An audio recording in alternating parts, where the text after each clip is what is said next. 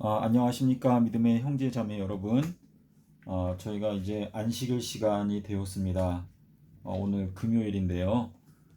저희가 오늘 함께 나누고자 하는 말씀은 여호수아서에 있는 말씀인데, 저희가 함께 살펴보면서 예수님의 재림을 위해서 저희가 준비하는 시간이 되었으면 좋겠습니다. 자, 우리 여호수아라고 하는 이 이름은 신약 성경에서 이 예수님이라고 하는 이름과 헬라어로 철자가 똑같습니다.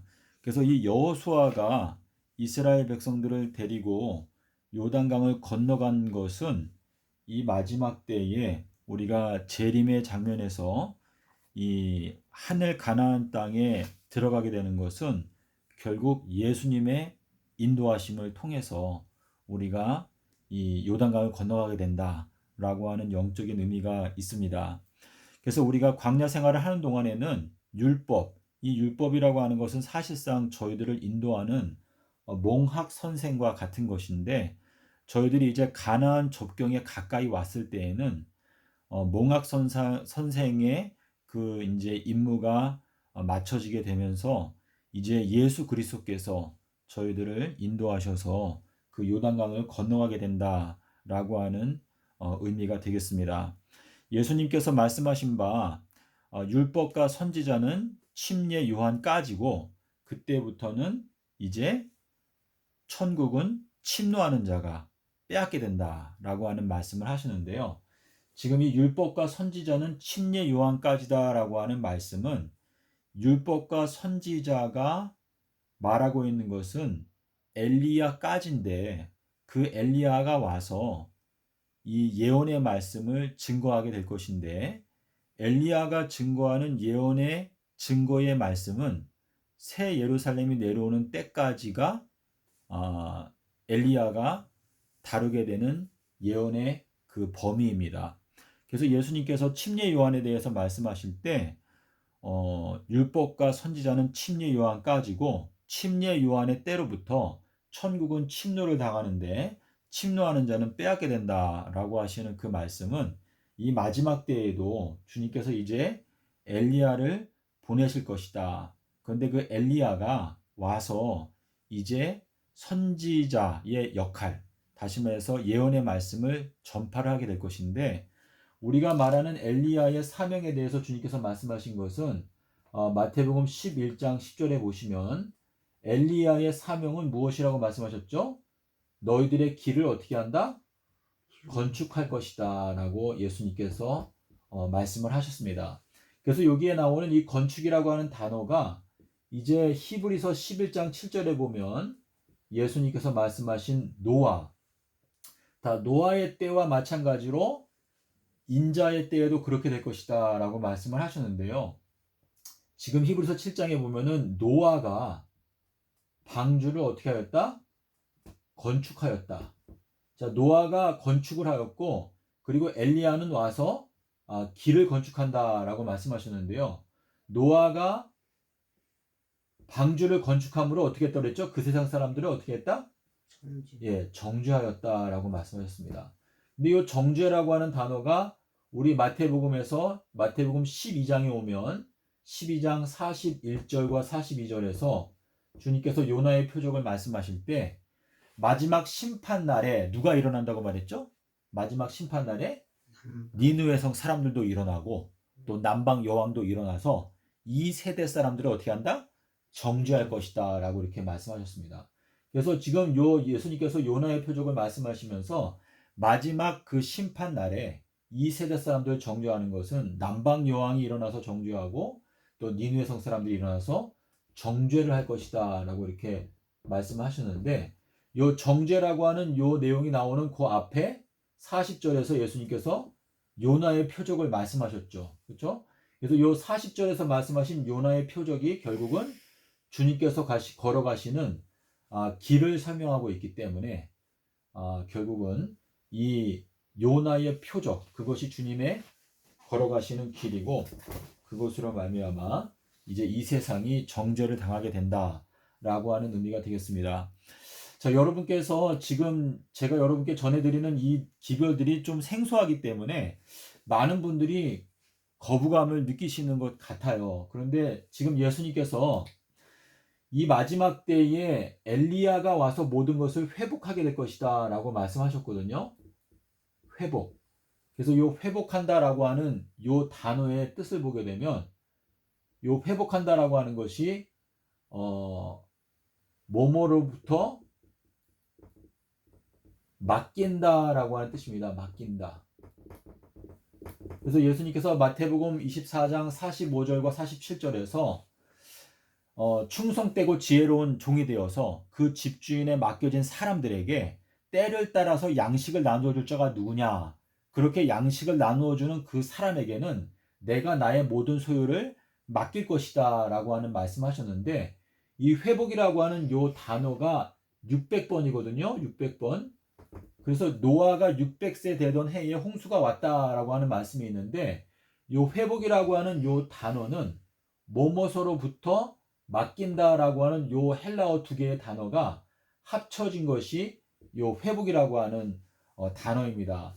그래서 저희가 이 마지막 시대에 주님의 말씀대로 엘리야의 기별이 전파가 되는데, 그 엘리야의 기별은 주의 길을 곧게 하라 라고 하는 기별이 이 마지막 시대의 엘리야의 기별입니다. 자, 우리 여호수아서를 보게 되면은요, 여호수아가 이스라엘 백성들을 데리고 요단강을 건너갔죠. 자, 요단강을 건너갔던 날짜가 며칠이었죠? 요단강을 건너간 날짜가 1월 예, 1월 아비벌 15일 아비벌 10일이었어요. 10일. 아비벌 10일. 예. 그래서 우리 여호수아서 4장 우리 19절에 보면, 자, 여호수아가 이 여호수아서 1장 11절에서 뭐라고 말했냐면, 너희가 이제 3일이 있으면 어떻게 한다고 그랬어요? 너희가 3일만 있으면 어떻게 한다? 요단강을 건너게 될 것이다 라고 하는 말을 하면서, 너희가 이제 무엇을 준비하라? 양식을 준비하라 라고 말했어요. 자, 그래서 양식을 준비하라 라고 명령을 하고 나서 이제 3일 안에 너희가 이제 요단강을 건너가게 될 것이다 라고 말했는데, 이 3이라고 하는 요 숫자를 우리가 생각해 볼 때, 자, 예수님께서 누가복음 13장 7절에서 뭐라고 말씀하셨냐면, 내가 와서 3년 동안 무엇을 구했다? 열매를 구했다 그랬어요. 열매. 자, 3년 동안에 내가 열매를 구하는데 열매가 전혀 없기 때문에 어떻게 하라고 그랬죠? 찍어버려라. 그렇죠? 찍어버려라 라고 말했어요. 자, 그런데 침례 요한이 몇 년도에 기별을 외치기 시작했죠? 침례 요한이 26년. 예, AD 26년도에 뭐라고 말했죠? 도끼가 어디에 놓였다? 나무뿌리. 예, 도끼가 나무 뿌리에 놓였기 때문에 열매 맺지 아니하는 나무마다 찍어서 불에 던진다라고 말했어요. 그래서 침례 요한이 마태복음 3장에서 여기에서 열매 맺지 아니하는 나무는 지금 도끼가 이미 나무 뿌리에 지금 놓여져 있고 이제 찍어서 버리기만 하면 되는데, 열매 맺지 아니한 나무는 찍어서 버린다라고 말했어요.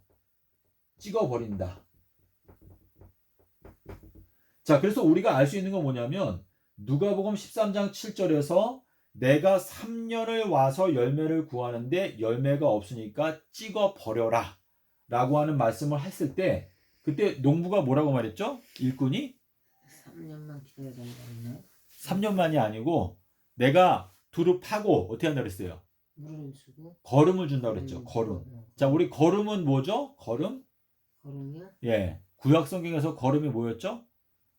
거름이 네. 누가 거름이 됐어요? 거름된 거 누군지 기억나세요? 구약 성경에서 거름된 사람들. 거름이 된 사람들? 네. 맨날 들어도 잊어버려. 자, 우리 이세벨은요, 아. 거름이 됐다고 그랬어요. 거름. 자, 이세벨이라고 하는 이름의 뜻은 뭐냐면 고상하다라는 뜻이에요. 굉장히 이름의 뜻이 좋죠. 고상한 여자다. 이제 그러한 뜻인데, 이세벨이 죽게 되었을 때, 이세벨이 죽자마자 개들이 와서 이세벨의 시체를 뜯어 먹었어요. 그래서 뭐하고 뭐만 남았죠?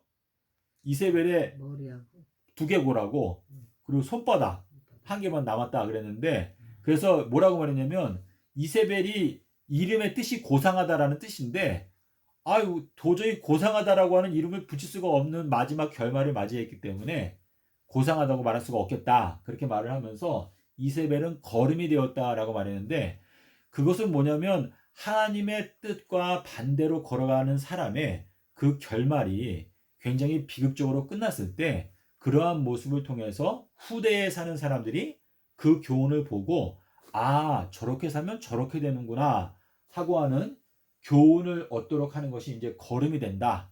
그래서 우리 에스라서에 보면은 뭐라고 말했는가 하면 이 조서의 내용을 뜯어 고치는 사람은 어떻게 한다고 그랬죠? 걸음터가 돼. 걸음터를 삼겠다. 그렇게 말을 했는데 그것은 후대 사람들이 교훈을 받도록 하기 위해서 너를 이 걸음으로 삼겠다. 본보기로 삼겠다.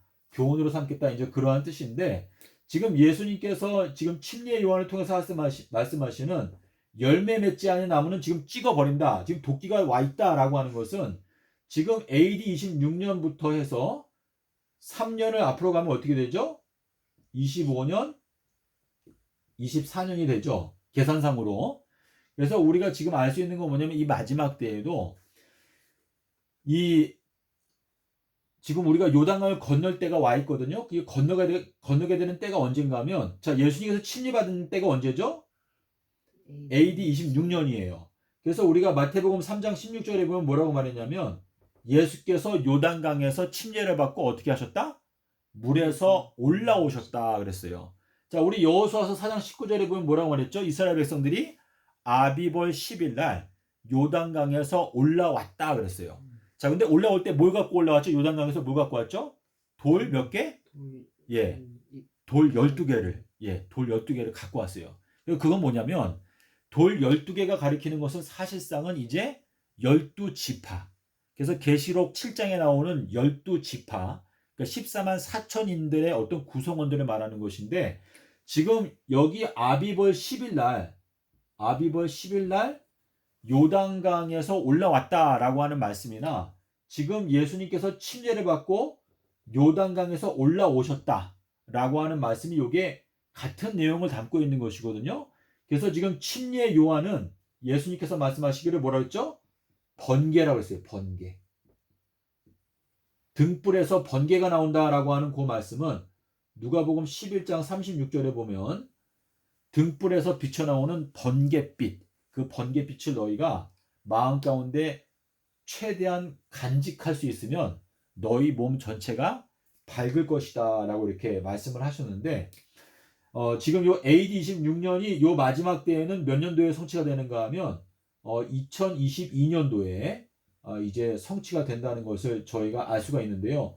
요 2022년도가 바로 아비벌 10일에 해당되는 연도가 되는 것입니다. 자, 그래서 우리가 여호수아서 4장 19절에서 말하는 아비벌 10일 날 요단강에서 올라왔다. 그리고 여기에서는 예수님께서 침례를 받고 물에서 올라오셨다라고 이렇게 말하고 있는데 이 올라온다라고 하는 이 표현이 계시록에도 역시 똑같이 나오죠. 우리 계시록 4장에 보면 뭐라고 말씀하셨죠? 나에게 말씀하시던 큰 나팔 소리와 같은 그 나팔 소리가 나한테 말하기를 올라오라라고 말씀하셨어요. 그래서 이 올라온다라고 하는 것은 예수님께서 가버나움에 대해서 말씀하실 때 뭐라고 말씀하셨냐면 가버나움아 네가 하늘까지 높아지겠느냐? 너는 음부에까지 낮아지게 될 것이다 라고 이렇게 말씀하실 때 지금 주님께서 누가복음에서도 이 시므온을 통해서 말씀하시기를 앉은뱅이와 또 일어서는 것과는 구원 얻는 무리들과 멸망당하는 무리 이렇게 나누어지거든요. 그래서 엎드러진다라고 하는 것은 엎드러져서 예수님의 발 밑에서 먼지가 되든지 우리가 주님의 인도하심을 받아서 하늘까지 올라가든지 둘 중에 하나를 나타내는 것인데 우리가 계시록 4장에도 보면은 나팔 소리와 같은 주의 음성이 요한한테 말하기를 올라오라. 그래서 올라오라라는 소리를 듣고 요한이 하늘을 바라봤죠. 하늘을 봤더니 뭘 봤죠? 하늘에 열린 문을 보았어요. 그래서 하늘에 열린 문을 보았고 그 열린 문을 통해서 무엇을 보았는가 하면 하나님의 보좌를 보았어요. 근데 우리가 아는 대로 이 보좌라고 하는 것은 히브리어로 보름달이라고 하는 단어와 이제 같은 단어인데 자, 지금 요한이 이 요한계시록을 받은 날짜가 계시록 1장 10절에 보면은 무슨 날이라고 그랬죠? 주의 날에. 예. 주의 날에라고 이렇게 말했는데 이 주의 날은 사실상 보름달이 뜨는 날이었어요. 그러니까 이제 요한이 우리가 뭐 이 계시록을 받은 정확한 배경은 알 수 없지만 우리가 생각해 볼 때 아비벌 15일 날 요한이 반모섬에서 하늘을 보고 있는데 그날 보름달이 뜨는 날이었잖아요. 보름달이 뜨는 날이었는데 하늘에 열린 문, 그러니까 하늘을 바라보고 있는데 보름달이 딱 보이는데 요한의 마음 가운데 여기에서 보면 계시록에 보면 뭐라 했어요? 내가 성령에 감동하였더니라고 나오거든요. 그러니까 요한이 반모섬에서 밤에 봤는지는 모르지만 요한이 반모섬에서 이렇게 하늘을 바라보고 있는데 그날 보름달이 뜨는 날이었는데 요한이 성령에 감동되다 보니까 요한이 히브리어를 알았을까요? 몰랐을까요? 요한이요? 예. 알아. 알았을 것 같은 생각이 들어요. 근데 요한이 성령에 감동되어서 보름달을 예? 히브리인인데. 그렇죠. 예. 그래서 보름달을 바라보고 있는데 그 보름달을 바라보는 순간에 요한의 마음 가운데 하나님의 보좌의 모습에 대해서 깨달음이 왔다라고 이제 우리가 이해할 수 있는데 지금 요한이 여기서 말하는 건 뭐죠? 내가 하늘의 열린 문을 통해서 무엇을 보았다? 하나님의 보좌를 보았다. 근데 보좌에 앉은 분이 계시는데 그 앉아 계신 모습이 마치 벽옥과 같고 또 뭐라 했죠? 붉은 보석. 그걸 뭐라고 말하죠? 벽옥과 같고 그리고 그 보좌 주변에 뭐가 두르고 있다? 무지개가 두르고 있는데 그 무지개의 모습이 무슨 보석과 같다고 그랬죠? 녹보석과 같다 그랬어요. 녹보석. 그래서 이제 우리가 마음속으로 이걸 이렇게 그려 놓으면은 이제 우리가 이제 이건 좀 기억하기가 쉬운데 지금 이제 계시록 4장에 보시면 보좌에 앉으신 분의 홍보석. 예. 홍보석 같고 보좌에 앉으신 분의 모습이 벽옥과 같고 그리고 홍보석과 같고 그리고 그 보좌 주변에 무지개가 둘리어 있는데 그 무지개의 모습이 마치 녹보석과 같다 그랬어요. 녹보석. 자, 녹보석이라고 하는 요 단어는 히브리어로 보게 되면은 이게 바라크라고 하는 단어인데요. 바라크 그리고 옆에 이제 트가 붙는데 바라크라고 하는 단어는 요거는 번개라는 뜻이거든요. 예, 그래서 지금 우리가 여호수아가 요단강을 건넜을 때의 장면과 예수님께서 침례를 받고서 물에서 올라오셨을 때의 장면과 그리고 계시록 4장의 장면이 다 서로 통해 있습니다. 그래서 예수님께서 요단강에서 침례를 받고 물에서 올라오실 때에 어떻게 됐죠? 하늘이 열렸어요. 그렇죠? 하늘이 열리고 하늘에서 비둘기의 성령이 내려오면서 뭐라고 말씀하셨죠? 이는 내가 사랑하는 아들이고 내가 기뻐하는 자다라고 하는 선포를 하셨거든요. 자, 그런데 지금 요한이 계시록을 볼 때도 요한이 하늘에서 올라오라라고 하는 소리를 들었어요. 그래서 올라오라는 소리 듣고 하늘을 바라보니까 하늘에 열린 문이 있는데 그 열린 문을 통해서 보좌를 바라보게 될 때 요한의 마음이 성령으로 감동이 되었다라고 하는 뜻인데 그 보좌에 앉아 계신 분의 실체는 예수 그리스도를 나타내는 것이죠. 그렇죠? 그래서 예수 그리스도께서 지금 예수님이 침례받고 올라오실 때에는 예수님에 대해서 아버지께서 이는 내가 사랑하는 아들이다 라고 말씀하셨고 요한이 계시를 볼 때에는 그 계시에서 가장 핵심은 사실상 보좌에 앉아 계신 하나님.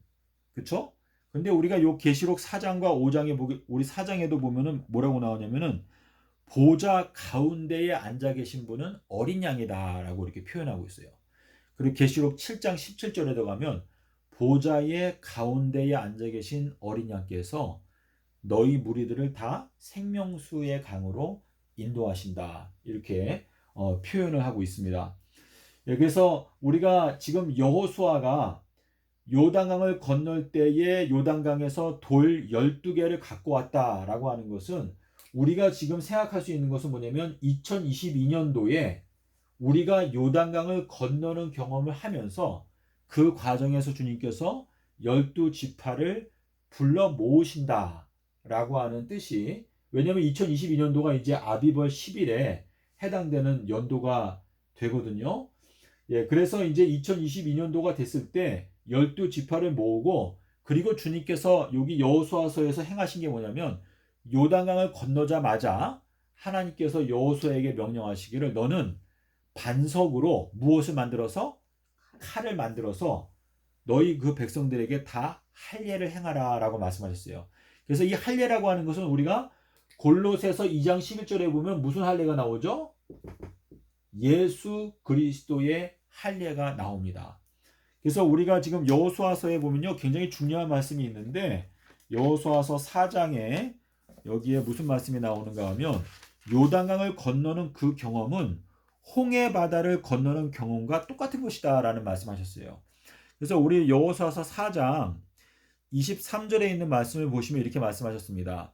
너희 하나님 여호와께서 요단의 물을 너희 앞에서 마르게 하사 너희로 건너가게 하신 것이 너희 하나님 여호와께서 우리 앞에 홍해를 말리고 우리로 건너가게 하심과 같았나니 이는 땅의 모든 백성으로 여호와의 손이 능하심을 알게 하며 너희로 너희 하나님 여호와를 영원토록 경외하게 하려 하심이라 하라. 자, 이거 하나님께서 말씀하신 내용인데 과거에 너희가 홍해 바다를 건너가면서 침례를 받았던 것처럼 너희들은 지금 요단강을 건너가면서 너희가 침례를 받은 것이다 라고 하는 것을 말씀을 하시는 것이거든요. 그래서 요단강이 흐르다가 딱 멈추면서 그게 물이 쌓여가지고 어디에 쌓였죠? 아담이라고 하는 성읍에 쌓였어요. 그렇죠? 그래서 우리가 그 내용을 지난번에 한번 배웠는데 여호수아서 4장에 보면 지금 16절에 보면은요 요단강에 그 수많은 그 강물이 딱 정지대가 돼가지고 쌓인 그 성읍의 이름이 아담 성읍이다라고 말하는 것은 우리 이 멸망의 물줄기가 막 흘러가고 있는데 그 멸망의 물줄기를 막으실 수 있는 분은 오직 아담, 두 번째 아담이신 예수 그리스도밖에 없다라고 하는 것을 우리한테 교훈을 주시기 위해서 여호수아서 3장 16절에 보시면은요 그 물이 여기 이렇게 말했어요. 요단이 모맥을 거두는 시기에는 항상 언덕에 넘치더라. 자, 이 말은 무슨 뜻이죠? 지금 이스라엘 백성들이 요단강을 건너가던 그 시기에는요 이 강둑에 물이 막 넘칠 정도로 물이 엄청나게 많다라는 뜻이에요. 자, 근데 물이 엄청나게 많은데 이 요단이라고 하는 것은 이거는 파멸의 물줄기인데 요단강이 흘러가서 도착하는 곳이 어디죠? 예, 사해바다죠. 그래서 사해바다는 깊이가 430m 깊이가 되는데 이 요단강의 물줄기를 막을 수 있는 것은 두 번째 아담이신 예수 그리스도 외에는 없다라고 하는 것을 사도행전에서도 설명할 때 구원을 얻을 만한 다른 이름을 우리에게 주신 일이 없느니라 라고 하는 것은 지금 우리가 이 구원과 출애굽과 가나안 도착을 우리가 생각해 보면 출애굽 할 때에도 어린 양의 공로 때문에 출애굽을 하였는데 가나안 땅에 도착하기 위해서 마지막 관문 요단강을 건너는 것도 역시 아담, 두 번째 아담이신 예수 그리스도의 그 공로 때문에 그 파멸의 물줄기가 멈추고 그곳을 마른 땅을 건너갈 수 있게 하시는 그 예수 그리스도의 권능이 여기에도 나타나 있거든요. 그래서 우리가 지금 2022년도가 우리가 이제 요단강을 건너가게 되는 때인데 자, 예수님께서 뭐라고 말했죠? 요나의 표적을 말씀하시고 이제 저희를 떠나서 강을 건너갔다 그랬어요. 그 호수를 건너가셨다. 건너편으로 가셨다. 그래서 건너갔을 때 제자들이 떡 가져오는 걸 잊었는데 떡을 딱 한 덩어리만 갖고 갔었죠. 그래서 이 떡 한 덩어리만 갖고 그 갈릴리 호수를 건너갔다라고 하는 그 표현은 우리가 지금 이 요단강을 건너가기 위해서는 딱 한 가지 예수 그리스도 그 예수 그리스도만이 우리들을 사망에서 생명으로 옮기실 수 있는 그 권세를 갖고 계시다라고 하는 의미가 되겠습니다. 그래서 예수님께서 요한복음 6장에서 나는 하늘에서 내려온 무엇이다? 산떡이다 이렇게 말씀하셨습니다. 그래서 예수 그리스도가 우리의 생명의 구세주가 되신다라고 하는 것을 저희가 이렇게 알 수가 있는데요. 지금 우리가 고린도후서 3장 16절에 보면 우리가 예수 그리스도께서 돌아가면 무엇이 벗겨진다고 그랬죠? 예, 수건이 벗겨진다라고 말했습니다. 그래서 이 수건이라고 하는 것은 오늘날조차도 지금 2000년이 가까이 지났는데 오늘날조차도 우리가 모세의 글을 읽을 때에 여전히 우리의 얼굴에 수건이 가려져 있기 때문에 우리가 예수 그리스도의 영광을 제대로 깨닫지 못하고 있는데, 우리가 언제든지 예수 그리스도로 돌아가게 되면 그 수건이 벗겨질 수 있다라는 것을 예수님께서 말씀하셨는데, 나사로가 병들었다 하는 소식을 듣고 그 계시던 곳에 이틀을 더 유하시다가 이틀이 지난 다음에 이제 나사로를 우리가 깨우러 가자라고 이렇게 말씀하신 장면 아시죠? 자, 나사로가 병들었다라고 하는 소식을 듣고, 이제 나사로는 여기에 살거든요. 나사로. 자, 근데 나사로가 병들었다는 소식을 듣고서는 예수님께서 이제 이 거하신 곳은요, 우리 이제 요한복음 10장에 보면 이렇게 말했어요. 나사로가 병들기 전에 예수님께서 미리 요단강 동쪽에 오셨어요.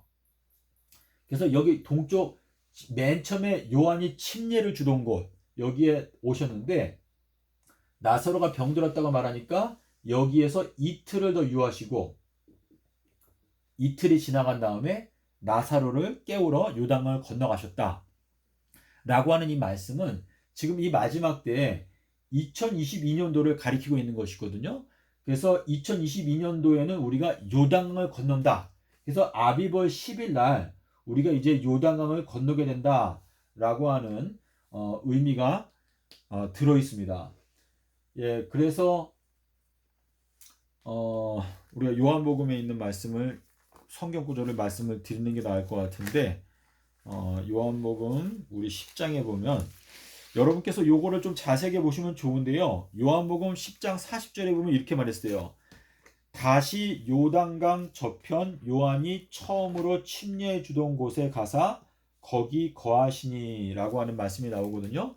요한복음 10장 40절하고 요한복음 10장 40절하고 짝이 되는 성경 구절은요, 요한복음 1장 28절입니다.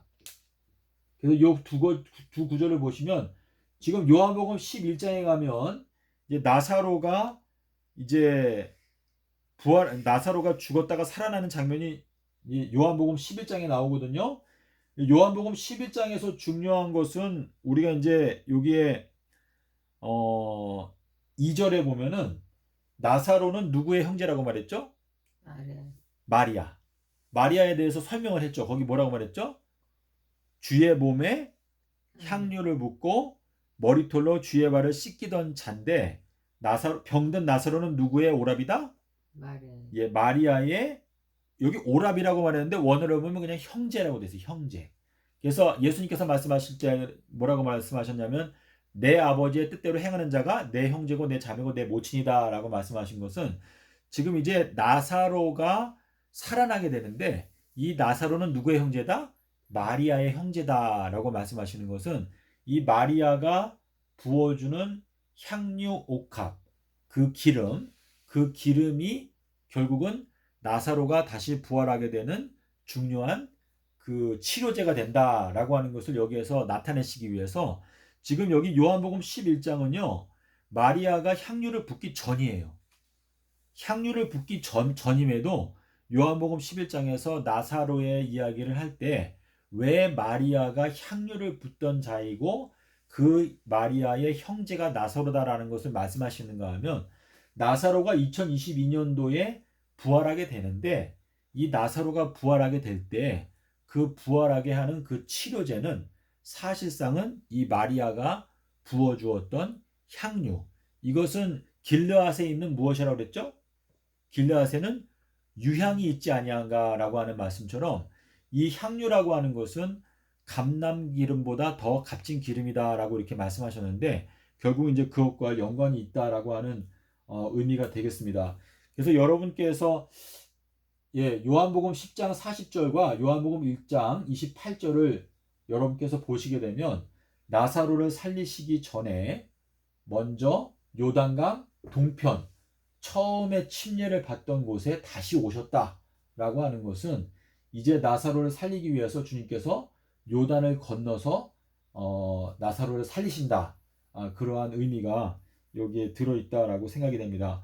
여기서 제가 오늘 좀 정리를 하면은요, 우리 여호수아서에서 말씀하신 대로 아비벌 10일 날 이스라엘 백성들이 요단강에서 올라올 때 12개의 돌덩이를 갖고 올라와서 그것을 쌓았다.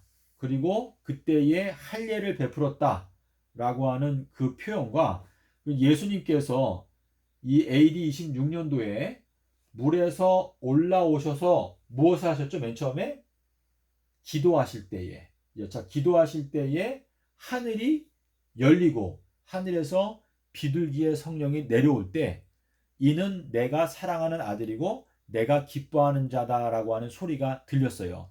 자, 그런데 이제 우리 계시록에 오게 되면 계시록에서는 나팔 소리와 같은 주님의 음성이 어디에서 들렸죠? 맨 처음에 요한의 뒤에서, 요한의 뒤편에서 나팔 소리와 같은 주님의 음성이 들리는데 그 음성이 요한에게 말하기를 올라오라 라고 말했어요.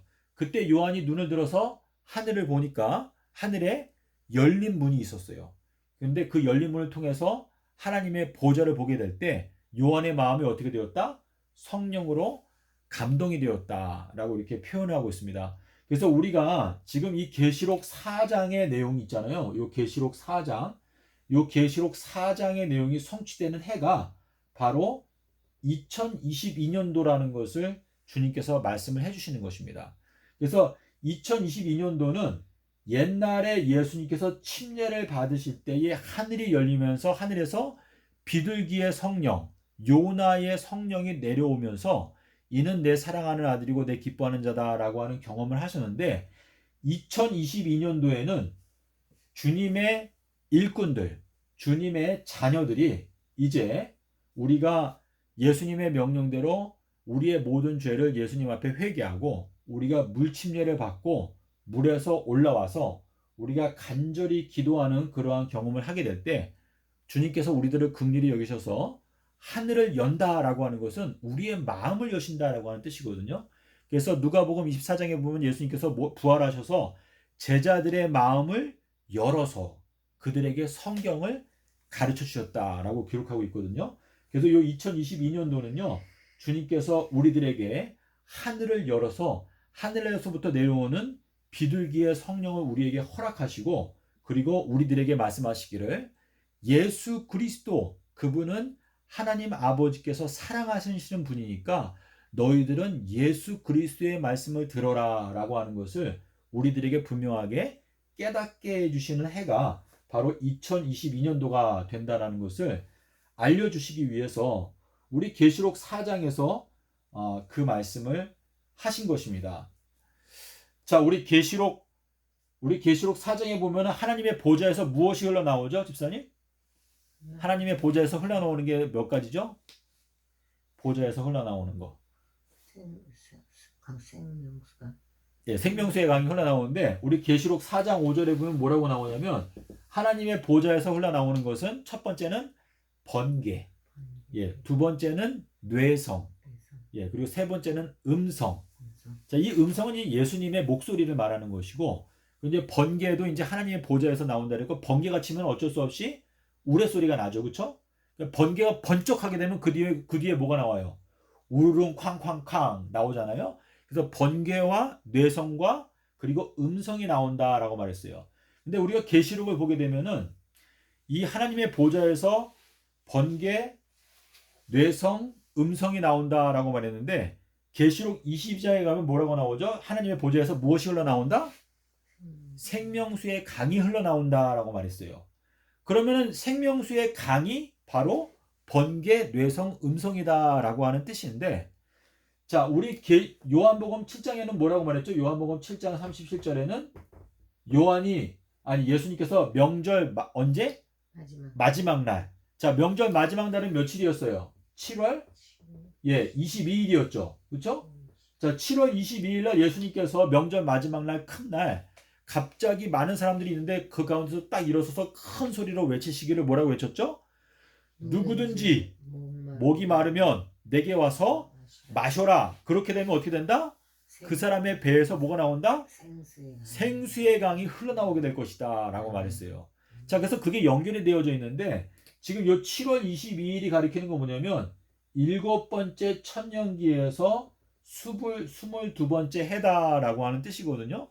그래서 요게 가리키는 게 이제 2022년도를 가리키고 있는 것인데 우리가 지금 2030, 2000년도가 된 때부터 저희들은 지금까지 이제 나팔절도 지나갔고 대속죄일도 지나갔고 이제 지금은 이제 우리가 초막절, 지금 올해는 2021년도잖아요.